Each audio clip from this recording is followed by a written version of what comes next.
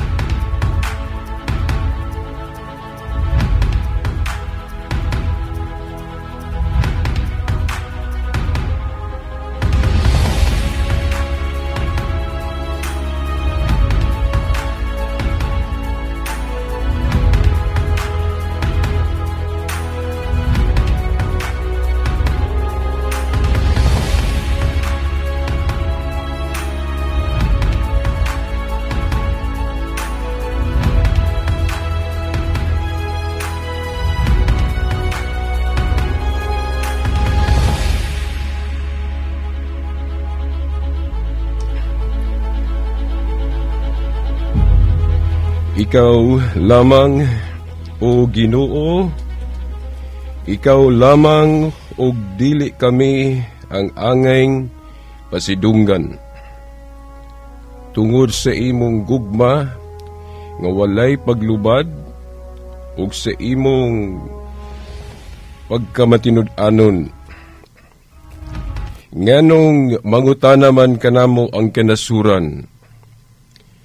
Hain ang inyong Diyos. Ang among Diyos atua sa langit.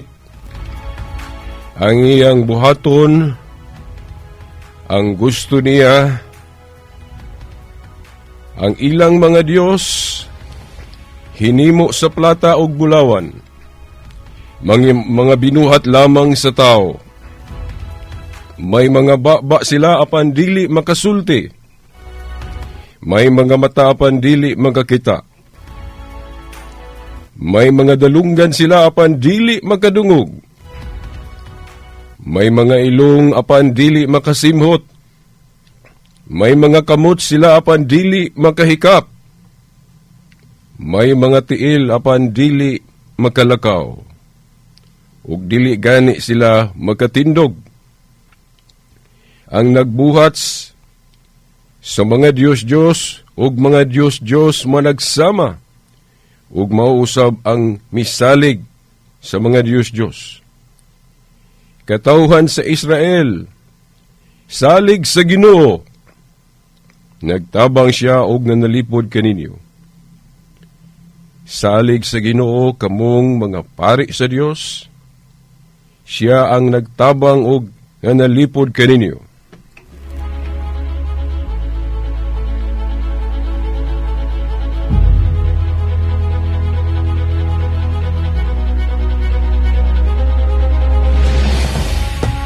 Okay, niya sob ang atong tulumanon nga giuluhan ang kahayag sa pagtuong Katoliko. Uban gihapon ni ining ubos ninyong alagad sa maong tulumanon, Silbert Donduyano Sr. alias Veritas.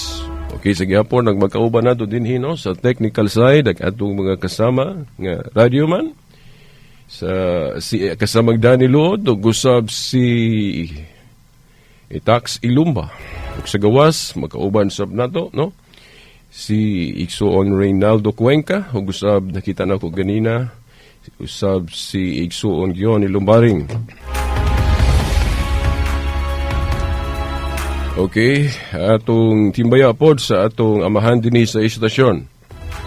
Atong station manager, si kasamang Edgar Dagumo, uban na sa mga kauban niya mga radyoman. Maayong adlaw sa Ginoo. Dili gyud nato ni kalimtan kining pag-greet kaninyo og maayong adlaw sa Ginoo kay sa ato pong panginsusi sa mga early fathers, no?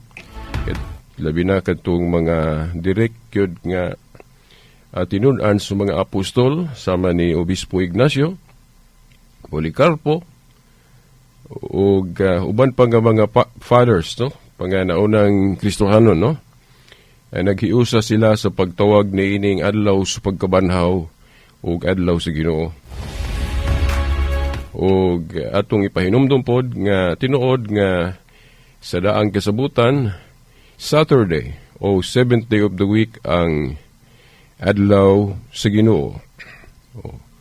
Ato nang masabot ya sa Marcos 2 nga ang Sabat ang Ginoo Lord of the Sabbath. But kung atong tunan pag-ayo ang Biblia na ay bag-ong rest o nga lain ang adlaw sa Hebrehanon 4:8 mao nang atong diskubriho na o gisgutan sa Salmo 132:8 gipasabot implicitly stated nga nagtagna sa pagkabanhaw sa atong Ginoo. Sa King James Version giingon, Arise, O Lord, into thy rest, you and the ark of thy strength. Bangon o Ginoo ngadto sa imong pahulay, ikaw ug ang arka sa imong kalig-on. Kinsa man ang ipasabot diyang Ginoo nga mubangon ngadto sa iyang pahulay ug ang iyang arka sa kalig-on, no? Kinsa man na si Jesus Christ, no? Ang iyang resurrection gitagna ng daan. Ngadto sa imong pahulay niya unsa mo tong adlaw nabanhaw ang Ginoo. Nagpakita, di ba Domingo? Kay kung sa bag-ong kasabutan gipadayon paghapon ng 7th day of the week on Saturday nga mo'y adlaw sa Ginoo. Ato ra kong pamalandungan, special man ka ng 7th day of the week. Kung alang sa mga Kristohano na special gihapon na, anong wala man gitunong ni Jesus Christ nga mabanhaw siya Saturday? Maunay pamalandungan sa ato mga igsuon nga karon nahimulag sila kanato. Although, dili man ko makaingon nga kining ilang mistake, kining ilang kasipyatan, kasaypanan, tinuyo ni. Di yung ko makaingon nga tinuyo. Amot lang po sa uban. Nga nakahibalo na gyud sa tibuok kamatuoran o niya mo dumili gyud ba?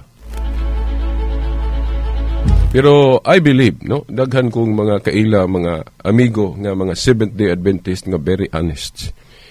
Sa filosofiya god sa moral philosophy, kanang dili tinuyuan nga sayop usala. No? Dili gyud na sala. Dili tinuyuan wa siya kay balong sayop dayto, wa itong kay balong nga sala dayto. Okay, di ba? Sa moral philosophy, bisan sa Biblia kung ayuho na tugtuon, dili lang na mo akong tema karon. Okay. Dili gyud ka guilty if ang imong sayop wa ka kay balong sayop to, di ba?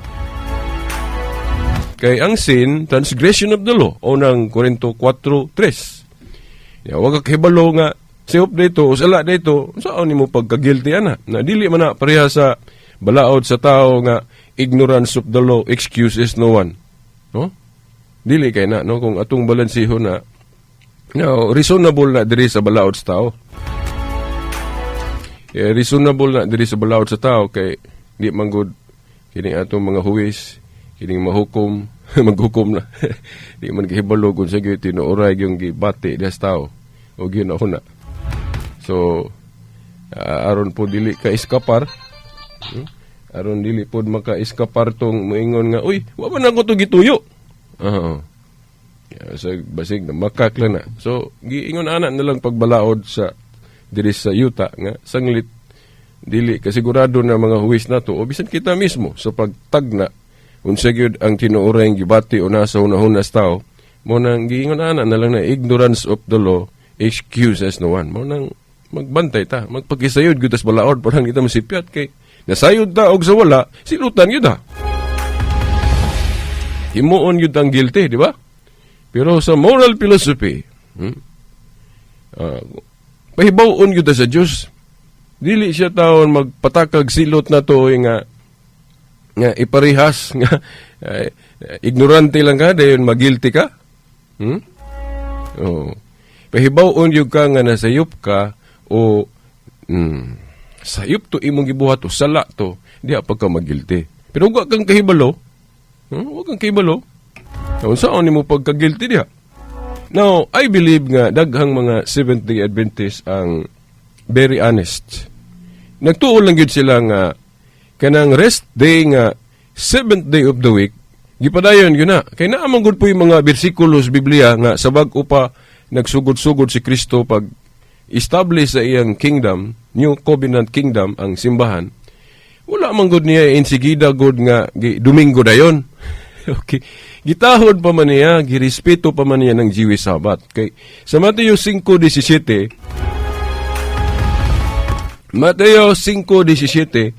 wala mo ani si Kristo aron sa pagguba sa balaod ni Moses o sa daang kasabutan. Kundili aron sa pagtuman ini gani si Kristo gyud mo tinud-anay yung nakatuman. Pero timan ana to nga kanang balaod ni Moses o daang kasabutan na anay termino. No? Duha man guni kasabutan kining atong Biblia. Daan ug bag-o. Timan ana to na. Tumanon, obligado gyud nga tumanon ang daang kasabutan diin ang termino niya na apa. Ug timan anato gipasabot diya sa Colosas 2:14-17 nga ang culmination, ang pagtapos gyud hingpit anang daang kasabutan sa kamatayon ni Kristo gilansang guna niya sa krus. Gitapos ng daang kasabutan. So meaning sa bag-ong kasabutan, kita mga Kristohanon dili ta obligado mosunod anang daang kasabutan. Ha? Naa sa buhat 13:39, dili kuno ta matarungon, dili kuno ta i-justify sa balaod ni Moses o sa daang kasabutan. Kay matarungon ta sa balaod ni Kristo. Gani, unsa nang balaod gitawag nagbalaod sa pagkamatarong.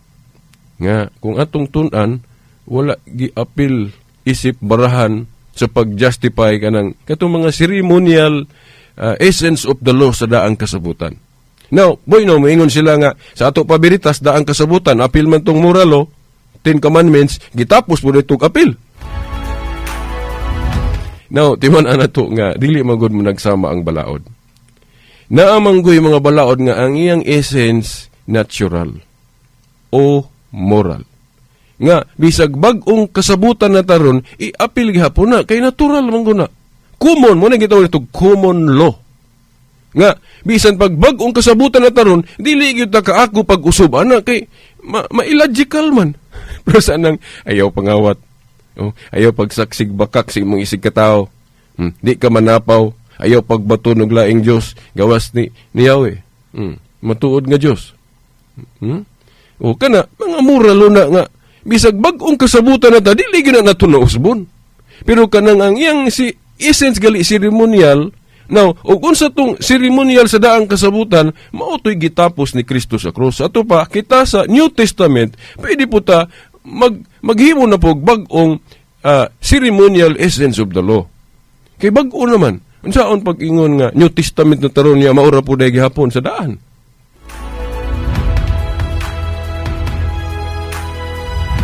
Timan iyo, sa tagna, mahitungod ang duha ka kasabutan. Jeremias 31. Tudling 31 hangtod sa 32. Jeremias 31, tudling 31 hangtod 32. Unsay giingon diha? Maghimo ako og laing kasabutan. Mao na nang bag-ong kasabutan ang gitumbo ka. Nga dili parehas sa daan o daan kasabutan. Dili parehas. So mauna nga kanus ama na matuman diri sa bag-ong tugon. Mo nang mag-expect dag mga kalainan diri sa bag-ong tugon. Unya kanang mga kalainan po dili na insigida automatic nga pagsugod, pagpakatao ni Kristo, pagpanudlo niya o sa iyang pagkabata nga usob din tanan dili oy. Akibalo po ng Ginoo og kanang teorya ng science. Nga dili maayo gulpihon. Hindi mo nakasabot din ng mga tao.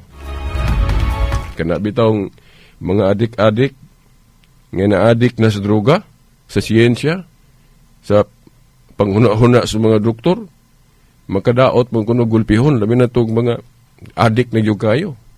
Ang ilang gi-propose on pag-undang, dili diretso, dahan-dahan. Kaya kung igulpi ko no, mo madaot. Gibalo mo na? Kay baluman ang Ginoo nga inigsugod niya sa bag-ong tugon, dili gyud dayon diretso tanan makasabot. Mao nang dahan-dahan gipang usab na unsi angay usbon. Mao na itiman ana to mga igsuon. Unya kanang daang kasabutan termino lagi ana hangtod na sa kamatayon ni Kristo. But pasabot sa bata pa si Kristo o dako na siya, unya wa pa gyud niya mapundar og ayo ang iglesia kay diri na mugod pagka mga 33 AD. Unya itong dako na siya. Nga nibungat ana nga magtukod ko og simbahan o kingharian o iglesia nga gipasabot kay dili malumpag kay ligon. Ubanan kanunay. Ubunan kanunay. Nya munang sayo po nang moingon nga naapostata ko no ang tibuok iglesia, completely disappeared o completely apostate. Sa to pa, kung completely apostate, so na panahon nga biyaan ni Kristo ang iyang simbahan. Kung completely apostate, dili matuman ang giingon sa Mateo 28:19-20 nga siya mag-uban kanunay siyang iglesia. Di ba? O naitag na nga dunay ma-apostate, dunay mo mutalikod, mubiya, pero dili tanan, dili ang tibuok kay lig-on gud ang iglesia gitukod ni Kristo. Parehas naman nagbalay gani nga itukod ibabaw sa bato kadang gihulagway sa Mateo 7:24 hangtod 25 nga ang balay kuno nga itukod ibabaw sa bato lig-on bisan pag bagyohon o unsa diha. Mga katalagman magbarog lang gihapon kinatukod man ibabaw sa bato. Unya ang iglesia balay man sa Dios, ang simbahan gitukod man ibabaw sa bato lig-on, di ba? Sa tupadili na mohala, lig-on na.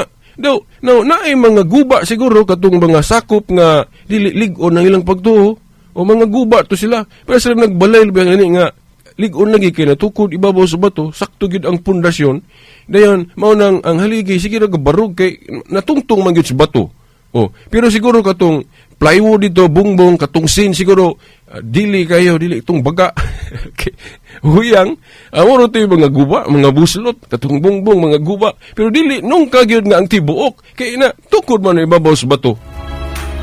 Ingon na po ang iglesia ang gitukod ni Kristo, dili gini maguba.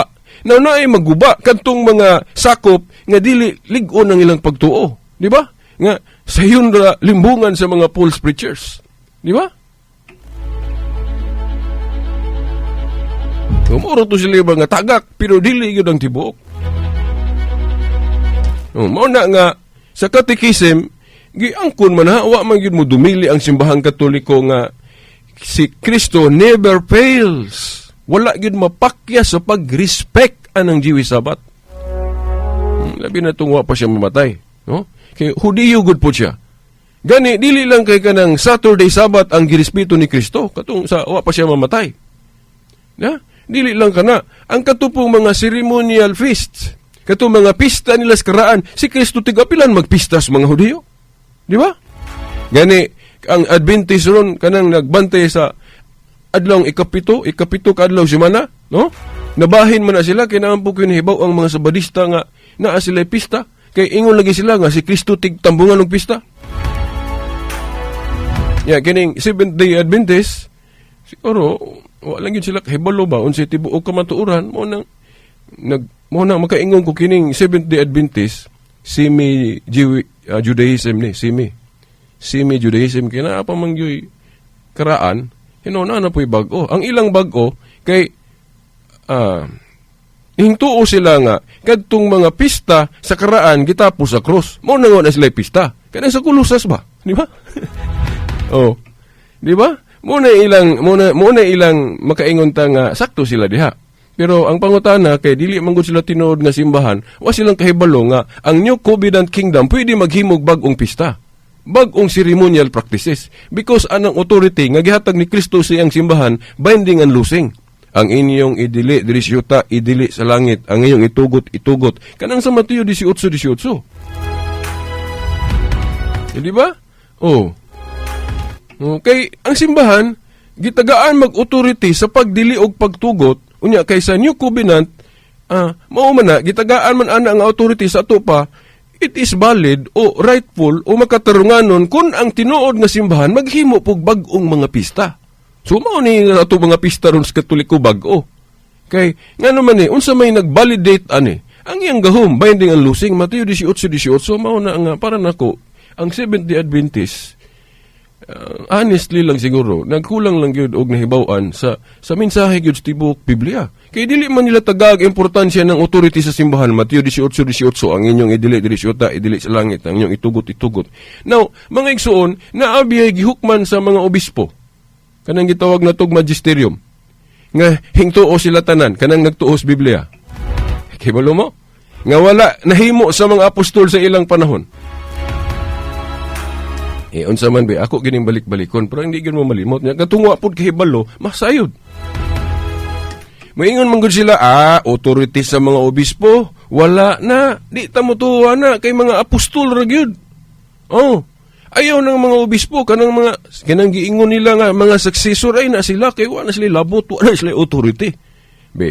Ato ko nung testingan kung ang mga pronouncement aning simbahan na pinaagig mga council, mga canonization, wala ba gyud sila gituhuan? Gituhuan. Example, kining canon of scripture. Kining pagdeklarar pila kabasahon ang bag-ong tugon, dili lang sa ta maghisgot anang daan kay wala man nila dawata ang Catholic canon nga 46 books sa daan, no? Kay kulangan man na ilang Biblia og 7 books. Taas istorya ana, no? Di lang sana ko naisgutan. Kini lang sang bag-ong tugon. Kinsa may gadeklarar nga ang bag-ong tugon 27 books lang. Di ba? Ang simbahan gani sa iyang opisyal nga pagpadayag, ipaagi gyud nagkonsilyo. Dili kay ang usara ka apostol magsulti-sulti nga mauna, dili. Magtigom na sila. Kaya ang Holy Spirit mulihok niya sa hinugpong. Pero sa atong Council of Jerusalem, nga doon na sila gidibatihan kay naalagi lain-laik interpretasyon. Di ba? Ang nanguna pa manggali sa maong council, si Pedro gyud ang gitugyanan si Yahweh nga sa pagtuong Katoliko Prime Minister. Di ba? Nga karon gitawag na tog Pope o Santo Papa. Di man daw tang hinganlan na to. Kana bitong Elohim sa Hebro, Grego, Theos, ato man ang gihinganlan sa in English og God. Na pwede di ay nato hinganlan sa laing termino, di ba? Mao na nga kanang tinugyanan si Yahweh, atong gitawag og Pope. Hindi na apoy authority ang simbahan na sa iyang authority. Ang inyong idili syuta, idili sa langit, ang inyong itugot. Ang konsilyo sa mga apostol, wala sila mag-define o wala sila mag-declare pila ang New Testament. Kung mo research ta sa history, pagkadaghan biyang sinulat ang mga Kristiyanos. Na mga spurious gani, dili kita ka magduda ta. Mao na ang mga obispo, successor sa mga apostoles, nag-council sila. Ilan na galing gisugdan nato sa Council of Rome 382, pero ang recognize kay nato gyud nga declaration katong sa 393 AD o sa Council of Hippo, no? Mga obispong Katoliko na gatigom. Dayon gidasuna na sa Council of Carthage 397. Diha gideklarar ng pag-ingon nga ang bag-ong tugon 27 books lang. O niya, karon mangutan na ta sa Seventh-day Adventist, born again, Iglesia ni Cristo. O nga nagtuo aning Biblia. Nganong nituo man mo ana kung kining mga obispo walay authority. Diyon sa man ninyo pagsiguro. Gani ang Seventh-day Adventist nakabasa kog libro nila nga nagsugod kuno pagkahiwi ang simbahan katong panahon ni Constantino. That was katong pagdeklara gali niya nga gitahon niyang Christianity 312 AD man to. Then katong 321 gi-declare niya sa iyang imperyo nga for we believe nga double purpose to. Malipay ang mga pagano kay ilaman pong day of worship ng Domingo. Malipay ang mga Kristiyano kay nakita lagi niya nga mag-celebrate pod ang mga Kristiyano diha in honor sa resurrection ni Jesus Christ. No, mo nang iyang gi-declare sa iyang imperyo, di ba? Kung moingon sila nga ni anang mga tuiga na hiwi na ang simbahang Katoliko. Unya, kanus aman tong nag-council ang mga obispo nga gihukman ng 27 books sa New Testament. 393 AD, Council of Hippo. Yang anong nituo man sila anak kung dili kasaligan ng mga obispo kanang ilang konsilyo. Kay nahiwi na. Mo na pamalandungan na to. Wala pa kay nako ma-explain og ayo ang kining sabat ha. Daghan pa kong hisgutan na ni. Gani na ako'y kanang sangka kung madayon akong maatubang, no? Kinang dialogue lang, di lang nato tawag og debate kayo usahay mahugaw kayo ang sabot sa mga tao anang pulong debate. Okay. Dialogue lang ang termino nga gamiton nato.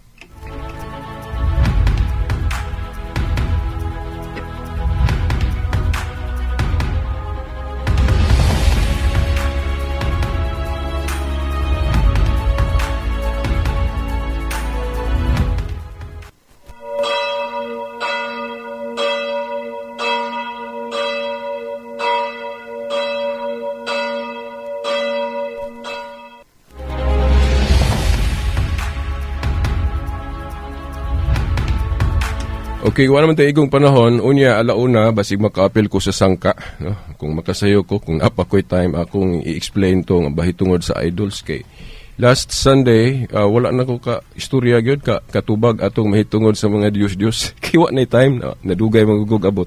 At angin ninyo alauna. Dayon sa programa po sa Catholic Faith Defenders mo, apil gihapon ko karong alas 8 gabi. Okay, sa ngalan na lang sa atong mahal nga inahan, Mother Mary, pagkakadagkuhan sa atong simbahan, diri sa atong Diocese of Dipolog, Monsignor Sibiro Ka Ermari, uban na sa mga kaparian, hangtod sunod Domingo pohon. Again, samang oras o istasyon. Sa ngalan sa Amahan, sa Anak, sa Espiritu Santo. Amen.